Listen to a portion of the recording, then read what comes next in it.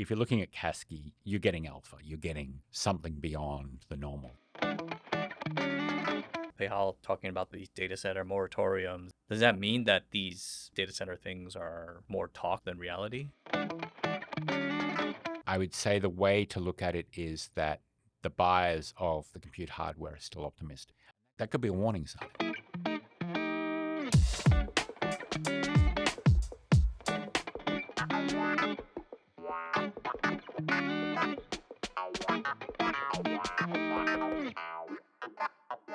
Welcome to Supply Chain. I'm John from Asianometry. I'm Tim Culpin from Culpium.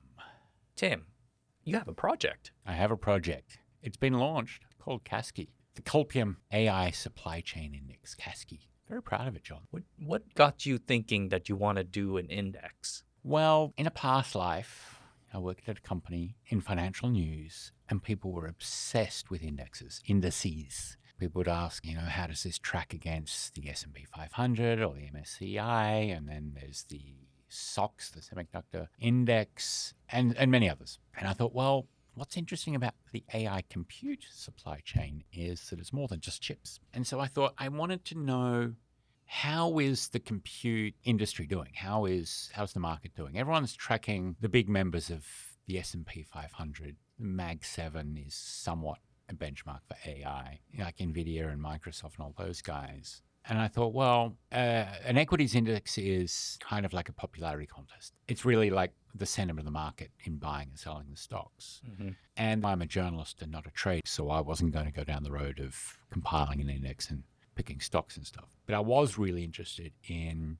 keeping tabs on how the industry is doing from basically a revenue point of view. Because the stuff that people make then gets sold on to Meta and Google and so forth, and NVIDIA in a way. And what's really helpful in Taiwan is Taiwan releases sales every month. Yeah. And there's really no other jurisdiction that I know of that does that. And it's a very standardized process. And the other interesting part is, I'd looked at a lot of research, spoken to a lot of companies, and realized apart from memory chips, pretty much the whole AI compute supply chain is covered by Taiwanese companies. I'm not saying they have 100% of the supply chain, but any part of the puzzle, any part of the bill of materials that goes into an AI server is made by a Taiwanese company. Wow, really? So you've got full coverage amongst Taiwan's listed companies of the whole AI compute supply chain. And I was like, wow, that's not happened for a long time. There's very little inside an AI server that is done by Chinese. There are materials and so forth that come from the Japanese, like ABF and so forth. But they're just kind Ajinomoto. of... Right. MSG. And, there are various chemicals and materials, but they're a little bit secondary. But in terms of direct stuff that you would see inside an AI server, yeah, Taiwan's got almost full coverage. So all these things came together, and I'd been mulling it for a while. How do I use this data? Because I am a data geek. How do I use this data? And I went back to my undergraduate when I did an undergraduate in economics and finance, and I was obsessed with econometrics, as I know you are, hence Asianometry. And I went down this rabbit burrow of like, how do I present this data? And I pulled up all sorts of research. How does the Chicago Fed use its data? How do European Union do this data? What is the Purchasing Managers Index? How is that done? And I just went deep into the literature on what is really good econometrics processes and procedures and tools to bring in data and present data and track data. So CASCI is not overweighted with TSMC. It's the biggest company in the Taiwan Stock Exchange Index. It is not the largest Taiwan company by revenue. That is held by usually Honhai, sometimes Quanta. And since CASCI tracks revenue, you would get a higher weighting from Foxconn, Quanta, and then Honhai a little lower. But I didn't want to overweight it to those companies because although they're very important, Foxconn has a good quarter or a good month, then it could just blow out the index. And there's other companies in kind of the middle of the supply chain that are small that do just that one little thing. But if they have a really good month or a good quarter or a bad quarter or a bad month, that is as much signal as anything else. And so it's all kind of like signal to noise ratio, which is a term that people in finance and trading like. They want to get a lot of signal without a lot of noise. So I put together CASCI and I've released it every month for the last few months, and I'm getting a lot of good feedback about the signal to noise ratio. What are we learning about when you see CASCI? I get the emails too, and it's always so fascinating because, maybe you have the nice little graphic. It goes up and down. Listen, what should we think when it makes a move in either direction? Well, if it's above 100, then things are going well. And if it's even higher above 100, then we're seeing accelerating growth, not just growth, but accelerating growth. Mm-hmm. And if the number falls from the prior, it's growing, but it's growing at a slower rate. So it's not falling. But I also have another one, which is kind of a sentiment index, which is just four colors like, hot and warm and like neutral and cold. And they really are an imperfect but pretty good way of looking at how's the sentiment going? What is the momentum looking like? Mm-hmm.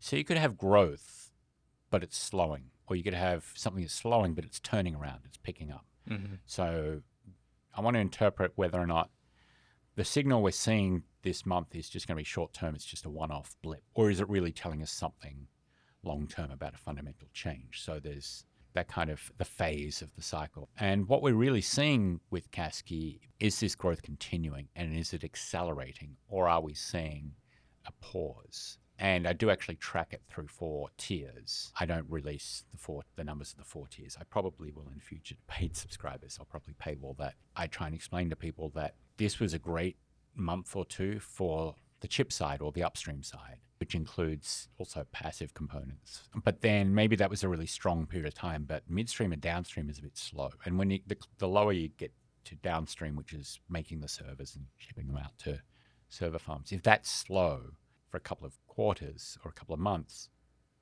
that indicates maybe the buyers are holding off because you generally book revenue at the time you ship. Really? So if it's an end product like a server, that really is at the time of shipping.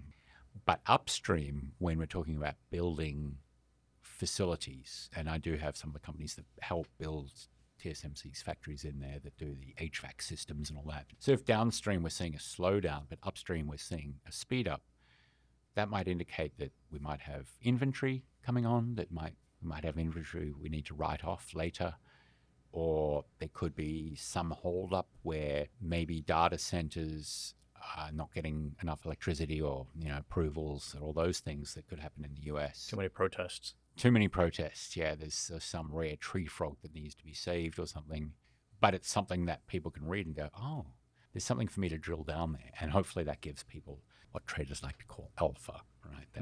That extra little bit of edge. If you're looking at CASCI, you're getting alpha. You're getting something beyond the normal that is off where the index or the rest of the market is going, and that's the idea behind it. And for me, it was just I guess, kind of an intellectual exercise to help me really put together who are really the players in the AI server space. How did you think about it when you were putting it together? Like, what was your philosophy approaching? Like, it can't be all chips, right? Unfortunately, I can't release all the members of the index because It's fine. You don't have to. But yeah, I'm paranoid about the Taiwan Financial Supervisory Commission calling me up and saying I'm recommending stocks. Right? I'm a journalist. I'm not an analyst, and they do get very annoyed when people make recommendations. Yeah. So the idea is, yes, there are chip makers in there. I mean, it's no surprise TSMC is in there. I don't think I'm revealing any secrets there. And ASE is also in there. So you've got chip makers. But I really looked at 2 parts. Is a large part of their business related to AI servers, and or are they a major contributor, or they have a large market share in their niche of AI servers? So TSMC ticks both boxes, right? But there's also some midstream companies, like a company that makes the sliding drawer kind of fixtures that go into a server. the greatest company of all time. Oh, seriously, great companies. And people could probably guess who I'm talking about. Not a huge company, but they've just managed to corner a very specific niche. You mean roll up? Right. So if I was to look at them and think, wow, for 2 or 3 months, their sales are falling or slowing. What's going on here? They might have just lost a contract and somebody else picked it up, or there might be something more macro. But by putting a few companies together that cover that, then hopefully I've got most of the companies that do this specific niche. And so if all 3 or 4 companies that are together have like 99% of the market or whatever, then you start to go, okay, now we've got a pretty full coverage and there's something going on. For example, the companies that make fans, cooling fans, going to face some challenges because under Vera Rubin, we're moving much more towards a liquid cooling and so forth, and in future even immersion cooling. And a lot of them are fanless. So if you're only making fans, but you're not doing the rest of the cooling part of a server, you're probably going to struggle with sale. And so that could maybe give a hint to what's happening in terms of the design of the servers or the way NVIDIA or AMD or whoever else is building a server.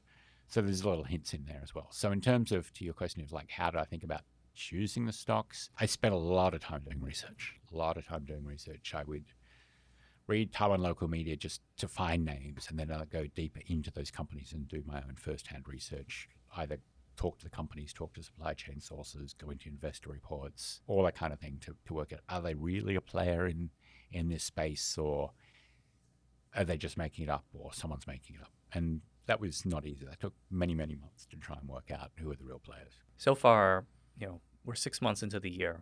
What does CASCI tell you so far about how things are going in the AI supply chain? It's hot right now. It really is hot. Well, it's hot right now. Yeah, I know. Yeah. We walked in here. Yeah. Taiwan weather is super hot right now. It is hotter than I expected in terms of like the compute build out. I thought we were going to see a bit of a pause between whatever was before Vera Rubin, Grace Blackwell, Grace Hopper, Vera Rubin. I thought, maybe things will pause, and then we've got all the other ASICs and the AMD and all the other stuff. It's it's not just NVIDIA. But no, there's nothing to indicate that that's the case. And more so, there is a bit of waxing and waning between various parts of the supply chain. I've divided it into upstream, midstream, downstream, and then what I call capacity. So equipment makers I put into capacity. Now, obviously, ASML, UV maker is not in the index, but there are companies that do very specific machinery or testing machinery, and they're a pretty good benchmark of what's going on, because some of them have nailed a very specific part of the testing of the CoWoS package, for example. And so if they're not selling as much, then there's probably a slowdown in the CoWoS space. The waxing and waning between different parts of the supply chain is fascinating. If you're trading these stocks or you're trying to get in or out of the business, it's fascinating to watch those specific sub-tiers to know where there's a surge in orders or surge in demand and there's a slowdown. There's just no evidence that the overall server picture is slowing down, which a lot of people go, well, that's obvious, but I didn't think it's obvious. But I also suspect that some of it is pull forward. I think it could be, but you can only pull forward so much. You can't be Meta or Microsoft or Anthropic and just call up your vendor and say, hey, I need more servers earlier, because the supply chain's got to get their act together. They've got to get things in place. And as we're famously told, TSMC is the drag on the industry. Not true. So pull forward can only do so much. But we do sometimes see that. Yeah, I think CASCI can show us that different parts of the puzzle will come forward quicker and others will slow down, and then we can watch maybe inventory or... Have you started to see maybe, Pehal talking about these data center moratoriums, all these data center issues in the States? So none of that is showing up on the Taiwan side or on the CASCI side. Does that mean that these data center things are more talk than reality? I would say it's still an issue. I would say the way to look at it is that the buyers of the compute hardware are still optimistic, and they're still putting in their orders, and that could be a warning sign, right? We're in a bubble, right? That could be a warning sign, and SpaceX is becoming a neocloud, renting it out. So there's a theory that, there's too much compute and they have to rent out their capacity to someone who needs it. And that's a reasonable interpretation of what's going on. But if, Anthropic is getting into doing their own chips, right? We know that. And if OpenAI still needs more compute and everybody else is still buying servers, and they are about to face some issue of not getting enough space to put them in, whether it's moratoriums or power or whatever, those infrastructural issues, we're not seeing them cancelling their orders yet. They're still optimistic that they will be able to solve those problems. And if it does come to pass that they can't set up the data centers, then they'll have to find somewhere else to put them, or they'll have to cancel orders or whatever. And so we could see things come crashing down very quickly. And that is a tell in itself. If at the end user area demand could be facing a challenge, but the orders are still coming through, then we could be looking at some kind of pile up on the freeway. So you're saying that this is more of a leading indicator or trailing indicator? I would say it's a coincident indicator. It's But happening it right depends on, now. yes, but it depends on where you're talking about. If you're talking about leading indicator for, will Google, Meta, Oracle, OpenAI, Anthropic, and everybody else suddenly cut server orders and not build out the trillions of dollars they said they would, then I would say it's a leading indicator because they're still believing they're putting in the orders.